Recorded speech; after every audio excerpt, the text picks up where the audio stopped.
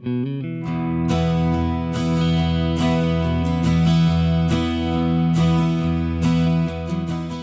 a path along the roots of Pikes Peak, you take a fork in the road to the Anselm Society Digital Pub. Inside is a raucous conversation on the arts, faith, and whether that fox in the corner is staring at us. At a corner table by the fire are two people. One of them is thinking that he'd feel a lot better about the fox if it didn't have 9 tails. And that's me, Matthew Mellema, and welcome to Believe to See, a podcast of the Anselm Society Arts Guild. Here at Believe to See, we explore the relationship between faith, art, and storytelling. Our goal is to help you connect the great story, the great stories, and our own stories in order to understand what it means to live with a Christian imagination. Let's linger in the Anselm Society Digital Pub for a while longer. I want you to picture me and Mandy sitting at that corner table by the fire, but as we're talking, a mysterious stranger appears at the bar. Though her face is shrouded by a cloak, the whispers of the pub's patrons all echo the same name, Neve Foster. Mandy and I exchange raised eyebrows as Neve Foster strides toward our table. Then, just as I'm fumbling for some greeting to this shadowy stranger, Neve Foster removes her cloak. Mandy and I both gasp. It can't be her. Some say she vanished into the realm of the Fae. Others still hear her name on the wind. But nobody could have imagined that Neve Foster could actually be Evangeline Denmark. What? That's right, listeners. Evangeline Denmark is back on the podcast. She has a brand new novel and a brand new name. So let's all get ready to hear a tale of ink and spirit as told by Neve Foster. Mandy, what do you think of this shocking revelation? I'm so excited. I just love this, and I love the name that Evangeline chose, even though I think we all agree that Evangeline Denmark's name already sounds like a pen name. Now she Yes. has an actual pen name, and it's beautiful, and the book is beautiful. So I'm so excited. Thank you. Yeah, I mean, that part is absolutely true. You always want your pen name to have a little more flair than your real name. But when your real name is Evangeline Denmark, it's kind of hard to know where to go from there. But let's talk to this Neve Foster, Evangeline Denmark. Evangeline, welcome back to the table. Thank you. I'm so happy to be here with you guys. I have missed you so much. So this is fun. And listeners, you can probably tell Evangeline has been quite busy while she's been away from the podcast. So we'll be talking about this. But before we get into all of the stuff you've been up to, let's start with Of Ink and Spirit, your brand new hot off the presses novel. Let's start with the elevator pitch. Evangeline Denmark, what is your book about? Oh, I should have a good answer to this, shouldn't I? We are here to help you. You're here to help me workshop it. That's probably a good thing. Yes. So I've just been saying it's about a girl who falls in love with a voice in her head, which is kind of the hook. That's the the one sentence hooky hook. But yeah, it's about a young woman who discovers that she is more than she thought she was. And the voice in her head is more than she thought he was, which I don't know. She starts out pretty scared of that voice, but they quickly come to an understanding. Oh my, yeah. I mean, let me just say, I'm looking at the back of your book. She's already half in love with the voice in her head. So I appreciate you staying on brand with the hook. That's good. So let's dive into it then. Mandy, I know you have read earlier copies of the book. You have the current book. You've been involved in this process for a while. What is the most burning question that you have for Evangeline? Let's see. I was trying to remember how long ago you were working on this book back when we were in the critique group. I feel like it was in the before time. Yes. Before 2020. Yes. Yes. So it was about 2017 to 2018. And it's crazy that feels like so long ago. Like you said, the before times, everything cuts off at 2020. But things were hard then too. And actually I was writing this book and, kind of helping a family member get through some hard times, and that's what I did, and that's all I did was write this book and do that. I think that kind of the struggle kind of comes out, and the character was really formed by real life struggles going on. I think my burning question is because I was part of you having to give up on the book for a little while, and all the things that were going on in the world, and then some of your loved ones had health issues, and Hmm. just all that made you stay away from the book. And I'm just Hmm. wondering how it feels to be seeing your characters. Here they are. They've lived in Yes, your head, and now they're finally here. You got to come back to them. it feels really, really good. It was, yeah, we had a hard time, and then we had an even harder time. And Yeah. yeah, during those couple of years we were dealing with some pretty heavy health stuff. I just couldn't write, and I know I remember I talked about this on the podcast before. It was, it was like the desert, and I think that all of us creative people, we know the desert well, you know, um, and it is what it is. We have seasons of creativity and seasons of dryness, and but it was okay. I say that, knowing like that maybe people don't understand, how I can say it was incredibly painful not to write, and also it was the right thing, and it was what I needed to do at the time, and I have peace with that at the same time, that it was painful. So, um, but yeah, we are mostly through that. We still have our checkups and our health things that we're watching, but it just kind of gradually came back, like like a little trickle, or like a door open and just a little bit of light coming through. It just came back little bit by little bit, and I had to go back to work, so I work full time now. So I started getting up at 5 o'clock in the morning. Sometimes I get up at 4 if I can discipline myself.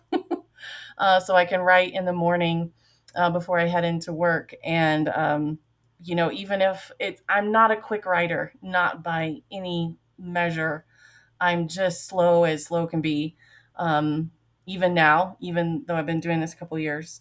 Um, but I always think as I'm driving to work that driving to work is better having written one sentence than Mm. driving to work having not written one sentence. So as Yeah. long as there's that, yeah, I guess we can keep going.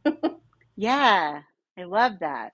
And let me just say, I admire your approach of the morning writing. I have tried that in the past. I was like, I'm gonna be one of those like hardcore writers who wakes up early and he's written like 1,000 words before 5. I tried it like twice and it was a just spectacular failure. Like I couldn't think straight, and then I was a zombie for the rest of the day. So I could not do it, but I am very, very proud of you for being able to do it. I'm impressed with you. Um, so let me ask you where this process goes, because we at the guild, we heard a very early version of this book back in the before times, you know, Yeah. like the folks in Independence Day probably talk about before the alien invasion. But so and you talked, you had a lot of reasons for this project sort of going dormant for a while, but what were your signs that you were thinking like, okay, I think I'm ready to actually get back into this for real? Mhm. What was it that led to that? Um, well, I didn't start working on this when I started back into writing. I was actually just editing another book that, and that was an easier way to get back in, um, rather than facing the blank page. Which since then I have started the sequel to Of Ink and Spirit. So I have faced the blank page and conquered it. Um, Woohoo! but yeah, no, I was just working on editing another novel because that was not as scary to me as trying to get back in there. But what happened was I had told my friend Avery, who is a writer as well, previously published many times, Rita Award winner, the stuff. She's the stuff. I told her about this book, And yeah, we had talked about it before, and she's like, "Oh, we should maybe, maybe let me edit it, or maybe, I'll help you, publish it, or whatever." And then I gave it to her in last November, so almost a year ago, and she read it like that, and she loved it. So really, it was her. Um, she made this happen. She Mm. loved this book. And, we ended up talking about, well, how can we, bring this out? What should we do? And that led to us actually forming our own publishing co-op, is what we call it, because we are, the process of creating together and supporting each other is kind of the most important part of our partnership. So, we call it co-op collective, that kind of a model, because we are, definitely in it together. So yeah, so we started with this book. She has one coming too. And we just sort of built this thing.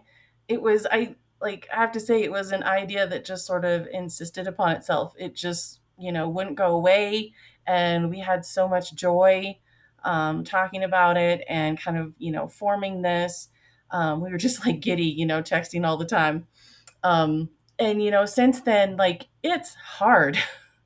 It's really, really, really hard to start a business. And, so it's not been easy by any means, but we kind of keep coming back to the fact that we are pursuing the things that bring us joy. And so when things get, heavy and hard, we're kind of like, okay, you know, this is where we are in life right now. We're both very busy. She also works. And, so we just have to say, okay, this is what we can do now. And that's been, I mean, what we can do now, I think is pretty cool. We have big dreams, but we're pretty happy with what's come of it so far. And the name of the co-op is Unity Inkworks. Right. Unity Inkworks. Yeah. Look it up online, people. Yeah, unityinkworks.com. So, Yeah. and I have a bunch of questions about the process for forming this publishing co-op. You said Yes. I hope they aren't legal questions. they are not. Phew. Cease and desist. Yeah, but no. We'll have to conference Avery in because she can answer your legal questions. There you go. I'm just like, I don't know. I'm the idea person. I don't know. I'm not very good with business. So we talked about now this process of you getting back into the writing. I think the way you laid it out makes perfect sense to me. Just like you start off editing a prior work, just because the blank page is pretty terrifying. Little side note here. Um, you guys will both laugh at me, but that's okay.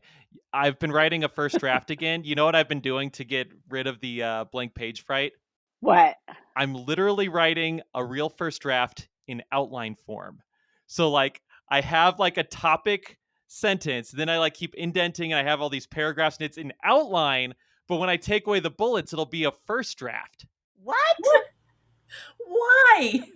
So you It's have like to I've reached the final ridiculous conclusion of my outlining. It's like this is the end. The whole book is an outline. Yeah, it's less scary for me to write an outline than to write just a first draft with all those big paragraphs. The bullet points, they're like a security blanket. It's a brain hack. That's perfect. Thank you. Whatever works. Thank you, Mandy. You do whatever thank you, works. guys. I appreciate your support, but that's not what the podcast is about, so much as I could talk about this for the next hour. What I do want to talk about is how it makes sense for you to start with the editing before you face the blank pages of something else. But I want to go way back in time to the original inspiration for this idea. What was the first nugget of the idea that made you think, okay, here's the story? Well, it was like literally, what if you fell in love with a voice in your head? Ideas like that. I do, what if questions, they just kind of come. So that really was it. And then Ina, the character, she definitely came first. And, she is, there were a lot of books, and there still are a lot of books um, that kind of feature the bookish girl. And, that's great. Of course, bookish girls are the ones, mostly reading. And so they need their books. They need to be represented. But um, I really wanted to show a character who struggled with reading, with learning, with all of that. That was just very close to my heart. And so Ina's difficulties with dyslexia kind of became an integral part of the story. So she came first, and then I had to go looking for, well, disembodied voices, which is what you do. You Google Sure. disembodied voices. Your search history, Evangeline. Right, exactly. But you guys, I love mythology, and so I often will look for myths, when I'm working on a story, or I have an idea like that. And so I found this myth of the Uwan, which is a Japanese yokai, which is basically a spirit. Um, and it kind of hangs out in abandoned places, temples, homes, whatever, and it's just a voice. And so it just kind of you know scares people. There's not a whole lot of accounts of it. So in some of them it's trying to lure them to their death, and in others it's just a loud voice. But anytime you have a lingering voice or a lingering spirit, well, there's a reason. There's unfinished business there. Um, Mhm. so even though Ina came first, more the story kicks off with Maury's story, and he is the who will become the voice. He is the voice. Yeah. So that's how it started. All right. So I love that sequence of events that you just laid out. You started with the what if. What if you fell in love with the voice in your head? Then that sort of leads you to the protagonist. And then once you had that in place, it's almost like you're looking for, okay, which mythological system can I fit into this? So my question for Mhm. you is, what factors were you looking at when looking at a mythological system? Did you ever think I'll just make up my own, or was it important to you to have that sort of that grounding in something that's already established? That's interesting. That's a good question. I don't think that I've ever made up. I mean, like, you can have mythology in your story, which is part of that world, but I don't really think I've ever done that. When I've used folklore, there's always a kernel of actual folklore. So obviously I've used Celtic before. I've used Swiss, actually, folklore, and this one happened to be Japanese. But I just feel like when we want to find, like, the depth of who we are as humans, when we look at mythology, you'll find that there are the same themes. There are the same, Mm. or similar stories across mythology, across, countries and people groups. We all are, concerned with the same things. Like, the early stuff is, how do we survive? How do we eat? How do we ward off, what is scary? How do we make sense of what's scary? And Mm. that is everywhere. It's like in every iteration. So I always think, when I go to mythology, like, we have so much more in common than we even know, because all of our stories are rooted in the same symbols, the same needs, the same desires. So Yeah. that's kind of why I always go there, because it's like a hack. It's like, oh, there Yeah. it is. There's the human need. There's the human, journey. It's right there. Just, and it's in all of our background. So. Yeah, I really like that answer, and I that just totally resonates with me. I'm thinking of my own writing projects. Like I have one project it's on the back burner for now, but it took place in Colorado, and I wanted it to be mythologically based. So it Mm, did not occur to me to be like, "Oh, just make up my own." It's like, no, I need to find stuff. So I got mhm, like Yeah. this mismatch of like Norse myths and like local Southern Ute and Apache myths. I mixed in a mhm, dash of lumberjack tall tales, which was fun, but Oh. I mhm, felt like I needed to ground it in something. It just making it up just seemed it just didn't fit. It just didn't fit. And I feel like Mhm. I get the feeling a lot of Anselm folks will feel the same way about that. Mhm. Yeah. So now let's get into the specifics of the mythology, because one character in particular that I found fascinating is listeners, if you're watching this on YouTube, then first of all, I was able to win an argument at the next meeting. You'll notice the fox. Using my very deep knowledge of Japanese pronunciation, the kitsune. Is that right? Mhm. Kitsune. I was Kitsune. close. Kitsune. Okay, the Yeah. kitsune. Yeah. So I've been doing a little reading on them. I think they're fascinating for me to just sort of skim the surface of. So how Mhm. did you land on them as a main part of your book, and what do you find so compelling about them? That's a good question. Well, I think illusion is, one of the most compelling and interesting things about the Kitsune mythology, and that sets you up for an interesting magic system, because, well, it's illusion. It's not real. At least, sometimes it's not. So um, can you, just for the listeners, can you define what a kitsune is? oh yeah. Uh, sorry. A kitsune is a fox spirit, and they are from Japanese folklore. They are similar, kind of like to sprites in more Western mythology. Sometimes they're responsible for leading travelers astray. They sometimes they possess people, and they also perform illusion. So, and they also are messengers of the goddess Inari. So they have to do with um, like not, I want to say business, but like prosperity and crops growing, that sort of thing. Goodness, health. So it's funny how, I mean, and this is in everything. You find the positive stories and you find the negative stories, and so you get to balance that, and that just adds depth. So yeah, so kitsune in my book, they do. They can have a human form and a fox form, and it in the mythology usually it's the older ones who have nine tails. So nobody has nine tails yet in my story. I think the most we've got is two. But yeah, there, and you find that like the two-tailed fox, the nine-tailed fox, like all different number of tails.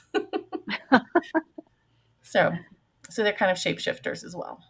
Mandy, do you want to take the next question? I have one ready, Oh, but if you want to go for it. you go ahead. I was just listening. I didn't have a question in my head because I was listening about, I mean, I already knew most of it, but I know this story because I was privileged to be part of the critique group, but I don't think I ever asked Evangeline the cool questions about what is kitsune like outside of your universe. So, I just lived in her little universe that she made for us. Well, there's nothing wrong with that, but one of the things that strikes me is you is this the role of the kitsune, and how it seems like it's a very ambiguous character. Would I be wrong in thinking it almost feels like that trickster archetype? Because Mhm. that's one of those things that you see across cultures as well, right? There's plenty of Mhm. tricksters in Greece, in the Norse Mhm. mythology, in Celtic. Those Native American like Apache and Ute myths that I was using. There's the Yes. coyote Yeah. who's like the trickster. So Mhm. that seems to Yeah. be a well developed archetype. Mhm.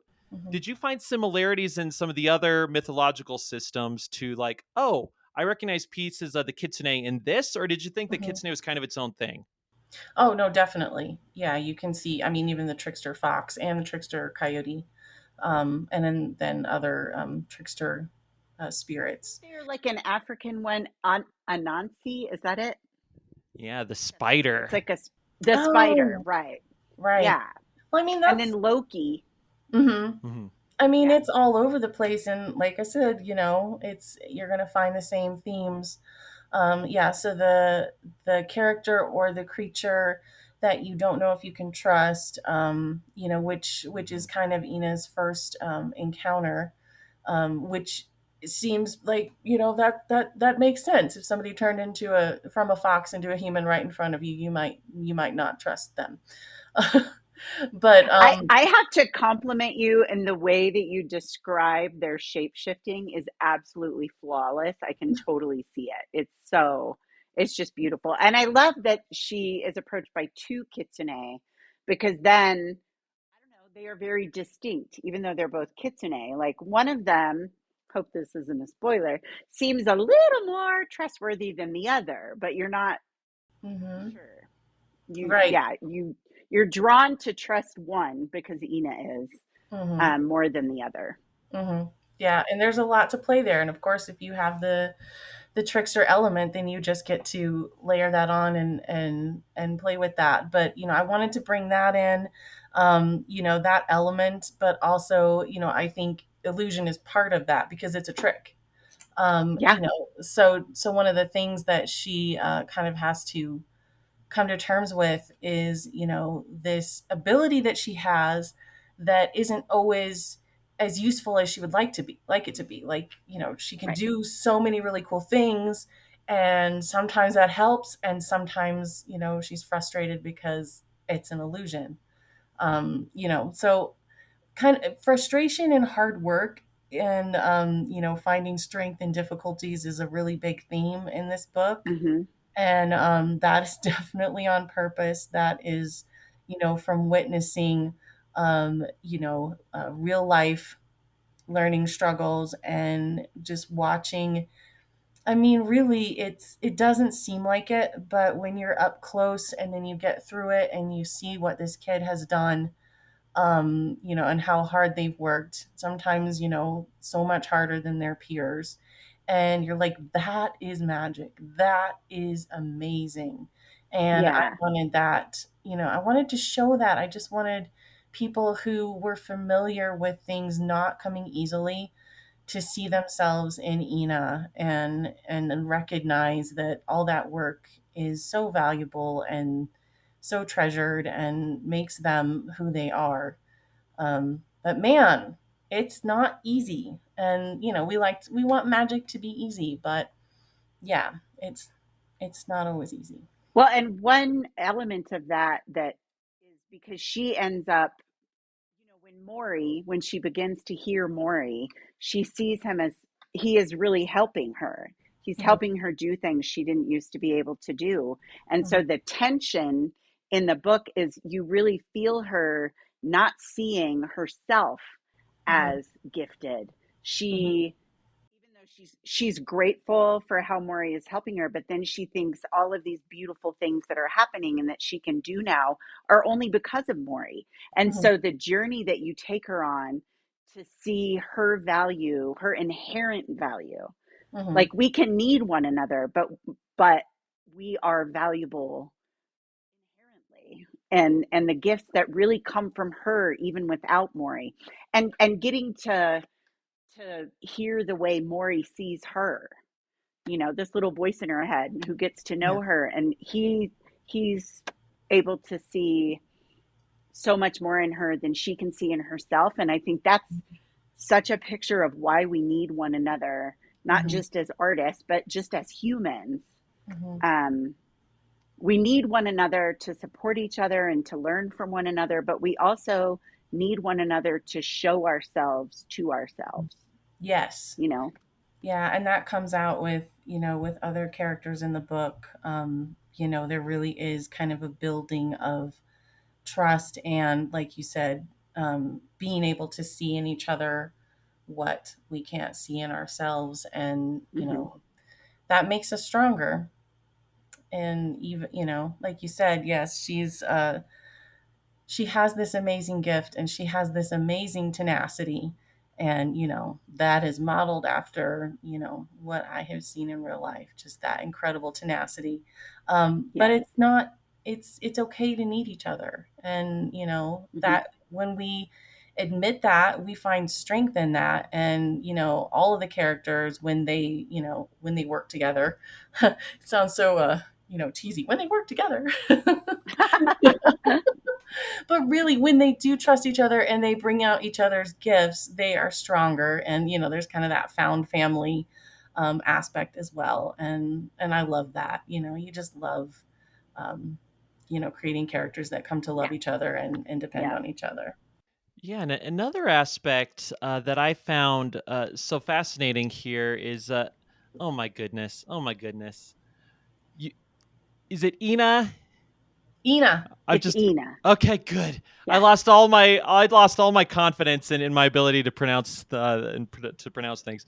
Is But another thing I find so fascinating is Ina's identity, right? Because she is unusual. She doesn't really fit in. In some ways, it's for things that are utterly relatable to readers, but in other ways, it's things that has like its feet rooted in like mythological tradition, right? Because when the book opens, she is, she has her dad. Her mom is gone. She's sort of this person who feels she doesn't quite fit in her community, and in not quite Colorado Springs, given a different name, which I want to Yeah. talk about later. But so she has that, and there's a lot of folks who could sympathize with someone having like a multiracial background, feeling like they don't quite fit in, feeling like they have sort of their one foot in each camp, or trying to figure out where they belong. But then there's the aspect of it's not just that she's half Japanese; it's that she's half kitsune, which Yes. seems to be taking this to quite another level. Um, but also, it's something that really has a long and prestigious tradition in mythology, right? I'm thinking of there's a lot of Celtic legends about Selkies, right? Who will Hmm. come in and have children. And one of me and Mhm. Mandy's favorite animated movies, Song of the Sea, is about two kids whose dad is a human and whose mom is a Selkie. So Mhm. there's this sort of trope that runs through a lot of mythology, and again, it shows the sort of outsider. It's almost like the demigod. They have one foot in Yep. one realm, one foot in the other, and trying to come to grips with that. And I think you set up a scenario where you have a whole lot of very interesting but very relevant themes to play with there. Oh, thank you. You know me, like I am always, always, always um, thinking about pursuing, um, wrestling with the idea of the veil between worlds, and that we are Mhm. more than our bodies, that there is more than our bodies. So I've kind of come to realize that I write, my brand of fantasy is not usually epic. It's kind of where the real world meets another world and just kind of Mm. overlays and meshes a little bit. And I think everybody um, can identify with that. Like, we all long for something more. We all recognize that in ourselves. And so it's so easy and so fun to play with that in any kind of magic system, mythology system. It's just built in because it's built in, you know? Yeah. So yeah, so that's building the spirit world in Of Ink and Spirit was a lot of fun and is continuing to be fun because things work a little bit differently there, and you might look different, which obviously you might be a fox, you might be a dragon in the spirit world, and then Spoiler. yeah. Spoiler. Yeah, but if you love dragons, you need to know. But when there's difficulty coming at them in the physical world, there is often difficulty coming at them in the spirit world. And I got myself into, I mean, that was a fix, trying to have battles that were going on in the spirit realm, and other things going on in the spirit realm while things were going on in the physical realm. And you get yourself into these situations and you're like, why did I think this was a good idea? But then it just translates. It's like, that's just real life. We have Yeah. difficulties going on within us that we're wrestling, and then hardships that we face on the outside too. So again, it's, it's built in because it's built in. Yeah, I want to switch gears here pretty soon to talk about the steps you made in terms of your publishing co-op. But before that, I just want to know where you see this series going. You mentioned you're working on a book 2. Is there a book 3, book 4? How far are we going? And also, are you delving even deeper into certain aspects of Japanese folklore? Yes, and yes. um, you're so funny, Matt. I remember you asking me if I knew how this ends, and I was like, no. And you're like, how do you do that? What? I don't know. But I do have an idea now, so you can rest easy or that I have an idea of how it ends, unless I get to book 3 and they're not done. And if they're not done, then we'll just have to keep going. But yes, there is more Japanese mythology. There are more yokai, which yokai in like Japanese culture, like kind of is any kind of phenomenon that is unexplainable. So it covers, spirits and creatures and even just like strange events. Um, but there's more of that. And I forgot what your question was. Book 3, yes. Beyond that, I don't know. So at least a trilogy, and maybe, as Douglas Adams once said after book 5 of Hitchhiker's Guide to the Galaxy, an increasingly inaccurately named trilogy. Who knows? Um, but now I want to talk about this publishing journey that you've been on, because you had prior work that was published the traditional way, and then again for a whole series of reasons, you made the decision to go this route with the publishing co-op. So Mhm. let's start first of all. What was the moment for you when you're like, oh, I'm actually going to do this? Like, it's not just something I'm going to think about. It's like, I'm actually going to start a business. um, that's funny. Like I said, my friend Avery was, pivotal in making this happen. And, so we were messaging each other back and forth. And, there was a time when I was like, okay, but I'm serious. And she was like, okay, but I'm serious too, because we had this, what if we did this? What if we did that? And then we are like, what if we did this? So we got together and we talked it out. And then we did a weekend. We got an Airbnb in Denver and it was so pretty. It snowed. And we were holed up in this comfy Airbnb and we went through, all the details, which Avery is the queen of details, and I was just like, uh-huh, you know, because she's done this before. She's very business savvy, and she likes to say that I'm the North Star, Oh, which is very sweet. But I tend to say, okay, but we're gonna write books for people who feel like they're on the outside, right? And we're gonna write books for people who need to have encouragement in resisting and staying themselves and being strong when it's hard. And she's like, yeah, we're gonna do that. So we would come back to these moments where we just get goosebumps, and just we're so excited about it. So yeah, if it wasn't for her, this would never have happened. And that's just it. I mean, like we were talking about before, how we see each other's strengths. I think we do that for each other, and that's part of the built-in, co-op collective, is we remind each other what we can do, what we have done, and what we're trying to build, and who we're trying to reach. And yeah, I, we just we need each other for that. And so it came about because of her, and because we already had this relationship. And we are just like, what if we do this? And so we did.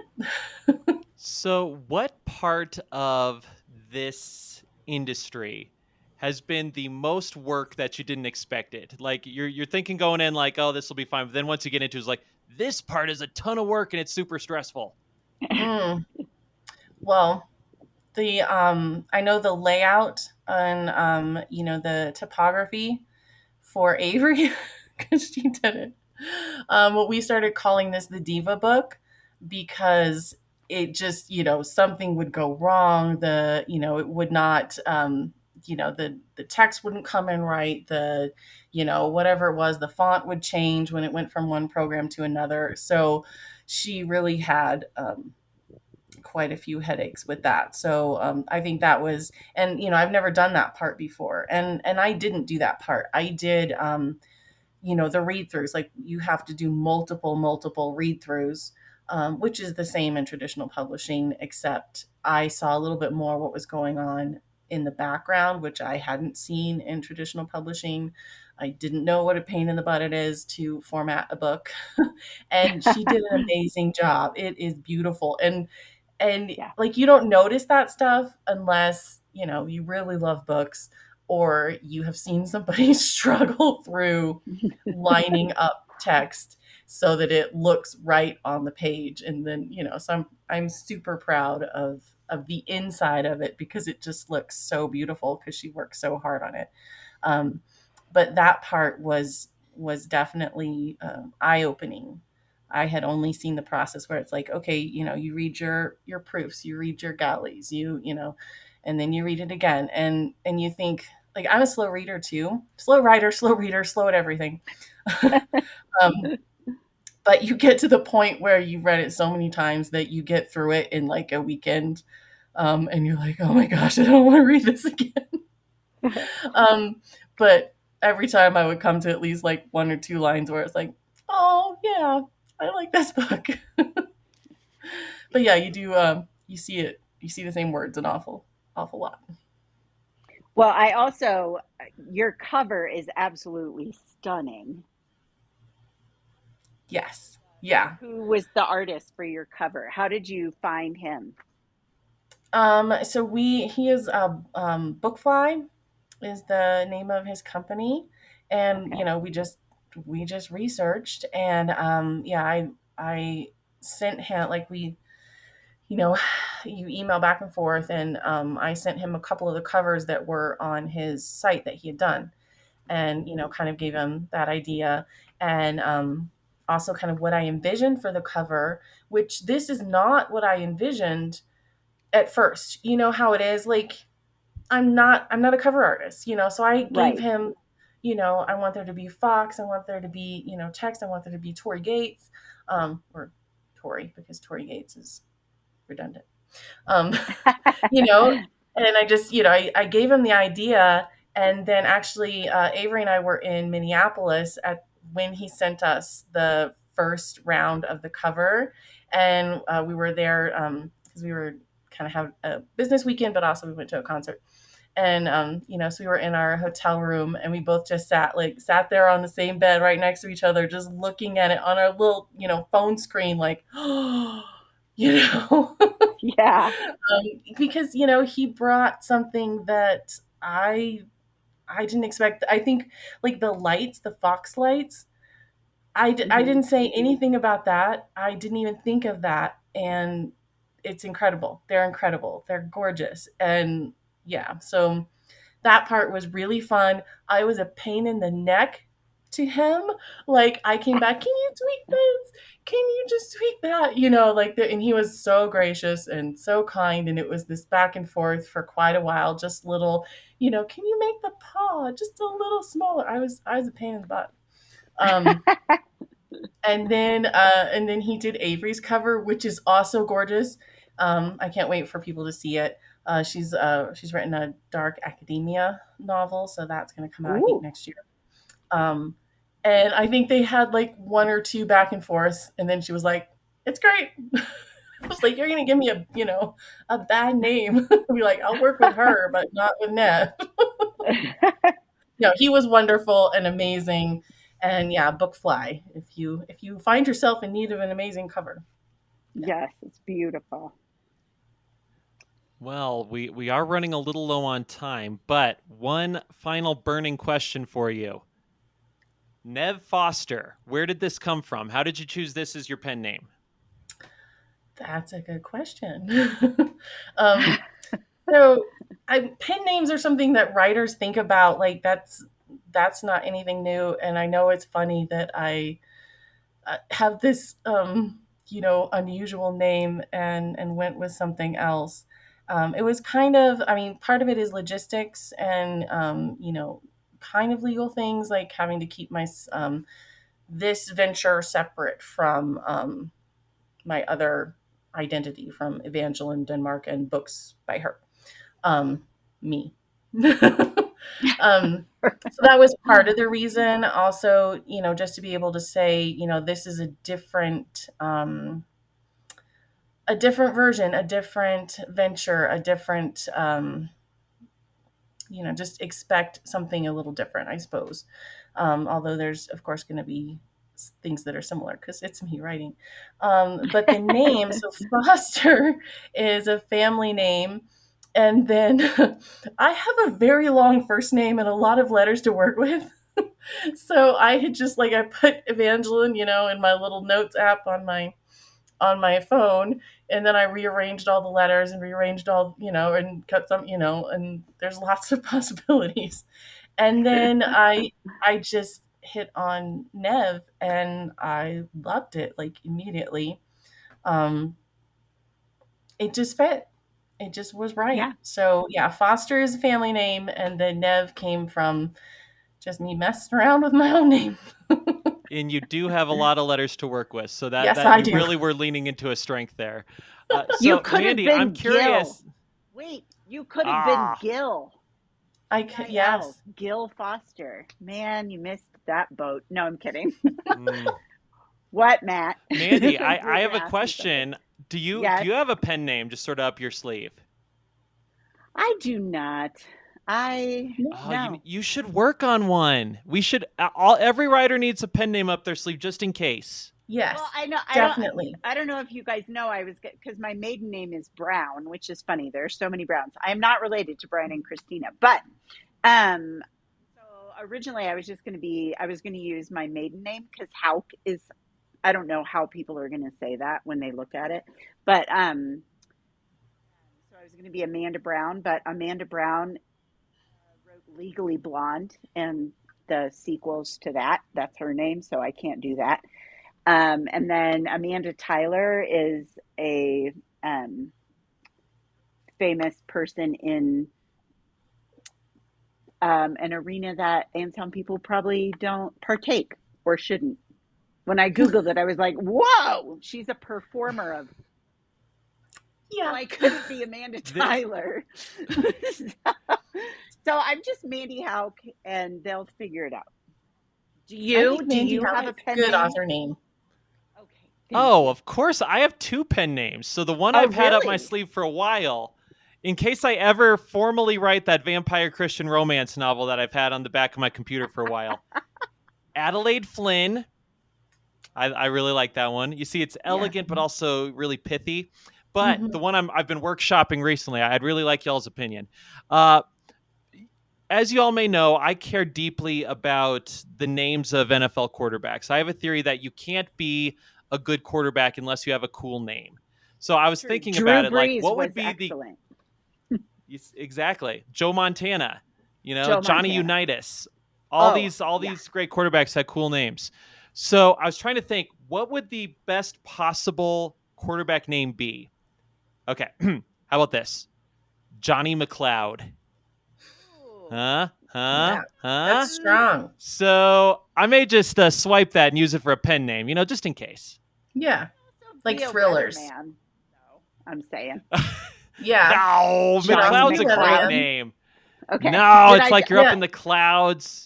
I want to know what you would write. What would you write with that name? Johnny McLeod. Johnny McLeod. Probably like zombie novels, Yeah. Okay. Or maybe like World War I flying ace novels that also have zombies. Yes, you have to have airplanes. Flying aces and zombies. Oh, it'd actually be, hey, how was that for the hero of the World War? Oh, here's World War I flying ace, Johnny McLeod, taking on the Red Baron. Yeah. It works. Perfect. So anyway, thank you for humoring me with all of this. And again, Evangeline Denmark, or as some may know you now, Neve Foster. Where can we find you? Where can we find your book? Where can we find Unity Inkworks? Where can we find all of it? Okay.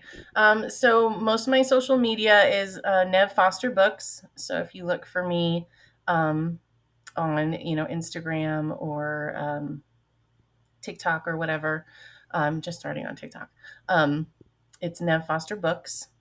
And then UnityInkworks.com is where you can read kind of our story about founding Unity Inkworks and, a little bit more about us. And you can find the book. You can order it pretty much wherever you would order books, including Barnes & Noble and Amazon, of course. All right. Well, thank you once again. Thanks for joining us. And now, listeners, as Evangeline Denmark puts her cloak back on and transforms back into the mysterious Neve Foster, you can probably tell that things are winding down at the Anselm Society Digital Pub. The fire's down to embers, the customers are trundling home, and the nine-tailed fox has vanished. Once again, Believe to See is a podcast of the Anselm Society Arts Guild. If you have an extra 30 seconds or so, please rate and review the show on iTunes, Spotify, or wherever you get your podcasts. Thank you so much for listening, and we will catch you next time.